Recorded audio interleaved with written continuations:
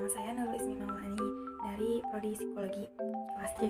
Di sini saya akan menjelaskan materi tentang terapi religius pecandu narkoba. Nah, apa sih yang dimaksud dengan terapi religius pecandu narkoba itu? Kalau yang pernah saya baca, itu adalah salah satu pendekatan yang diterapkan di Pondok Pesantren Suryalaya dalam mengatasi berbagai masalah psikologis dan kesehatan mental lainnya. Nah, khususnya bagi remaja yang mengalami kecanduan narkoba. Berhubung barusan dijelaskan bahwa diterapkan di Pondok Pesantren Suryalaya. Nah, kita bahas dulu ya mengenai sekilas tentang Pondok Pesantren Suryalaya. Nah, sebelum masuk ke pembahasan tentang sekilas pesantren Suryalaya, kita bahas dulu apa itu pesantren. Pesantren adalah sebuah institusi pendidikan Islam tradisional di Indonesia yang tujuan utamanya untuk mengajarkan pengetahuan agama. Ternyata pesantren tersebut telah dikenal luas oleh masyarakat di sana. Nah, pesantren tersebut letaknya berada di Kabupaten Tasikmalaya, Jawa Barat, yang didirikan pada 5 September 1905 oleh Syekh Abdullah Mubarak bin Nur Muhammad yang sering dikenal sebagai Abah Sepuh.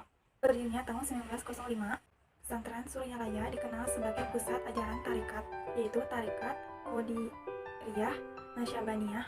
Nah, selain tujuan utamanya untuk pendidikan agama Islam, di pesantren Suryalaya juga memiliki kegiatan khusus dalam mengajarkan metode tasawuf.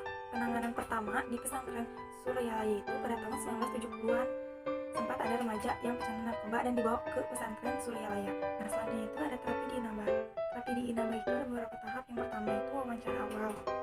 Wawancara awal itu semisal ya, pecandu narkoba itu datang ke Inaba lalu berkonsultasi ke pembina Inaba itu. Jadi permasalahannya apa itu.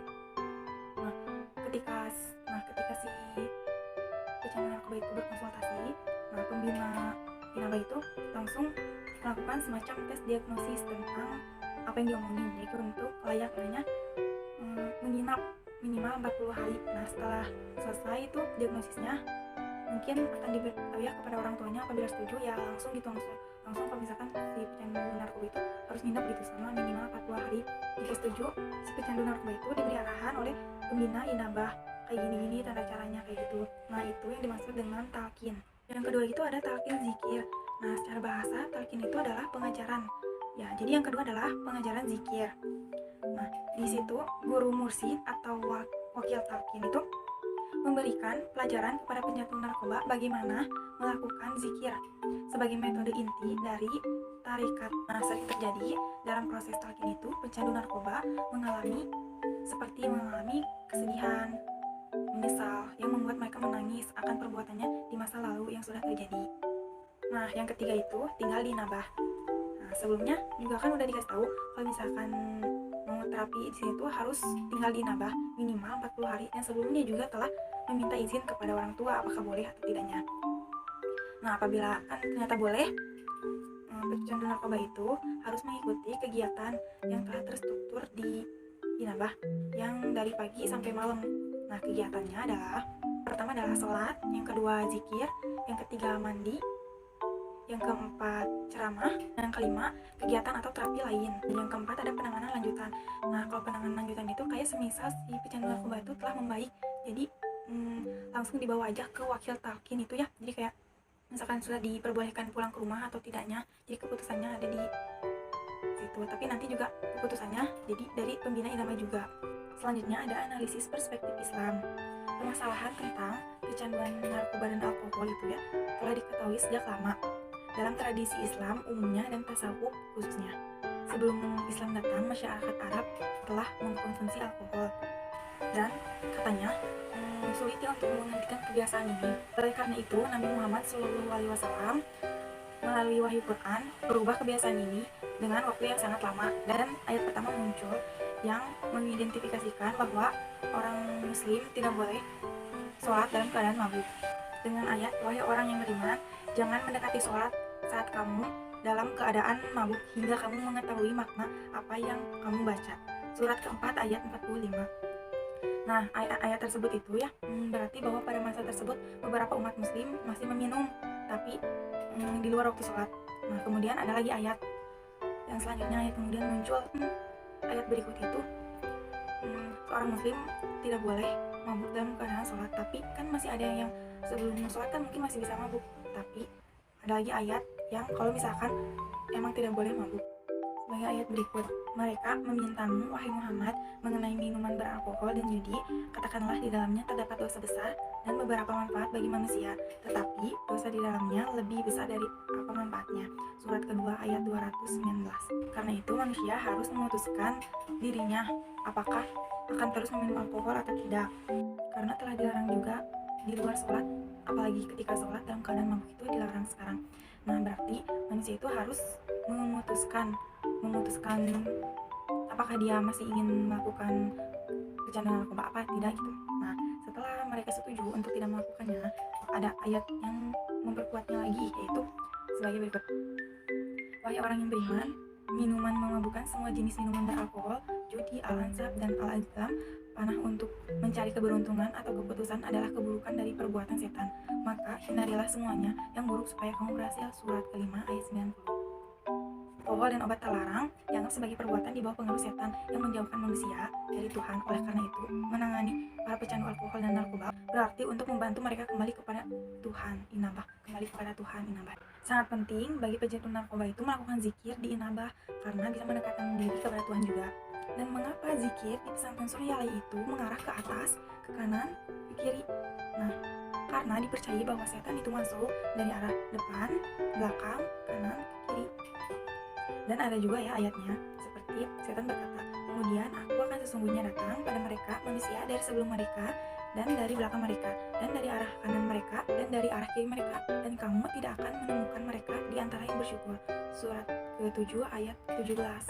Ternyata zikir juga tidak hanya untuk membersihkan hati atau menutup dari godaan setan, tetapi juga untuk menimbulkan keyakinan yang kuat tentang eksistensi Tuhan. Seseorang tidak hanya dapat mengalami kecanduan narkoba pada alkohol, tetapi dia juga dapat mengalami kecanduan terhadap hal-hal duniawi seperti uang, kepemilikan, status sosial, dan sebagainya. Oleh karena itu, mereka perlu untuk melakukan zikir, karena kecanduan semacam ini membuat semakin merasa bingung, cemas, khawatir, ketakutan. Para pengamal tasawuf meyakini bahwa hanya dengan melakukan zikir, hati menjadi tenang, bahagia, nyaman. Nah, adapun ayatnya sebagai berikut, yaitu orang-orang yang beriman dan hati mereka menjadi tentram dengan mengingat Allah Subhanahu wa taala. Ingatlah, hanya dengan mengingat Allah lah hati menjadi tentram. Quran surat 13 ayat ke-128. Nah, adapun perspektif psikologi, fenomena inabah dianggap sebagai hal yang unik di Indonesia. Hal ini menarik tidak hanya untuk masyarakat umum yang mengunjunginya saat penanganan ini tujuan untuk pendidikan, tetapi juga bisa untuk penelitian. Nah, seperti Maftuh 1985 menemukan perubahan sikap yang signifikan terhadap narkotika di antara para pecandu yang ditangani di Inabah. Selanjutnya ada menurut Saroh 1989 menyebutkan peran penting sholat ibadah sebagai bagian dari metode untuk menangani para pecandu di Inabah. Kemudian peneliti selanjutnya ada Subdan 1987 memfokuskan pada efek terapi di Inabah terhadap kesehatan fisik. Nah, kemudian ada Muhammad Kadir 1993 menunjukkan sebuah penelitian entografi dan statistik yang mendalam terhadap Inabah dan Suryalaya.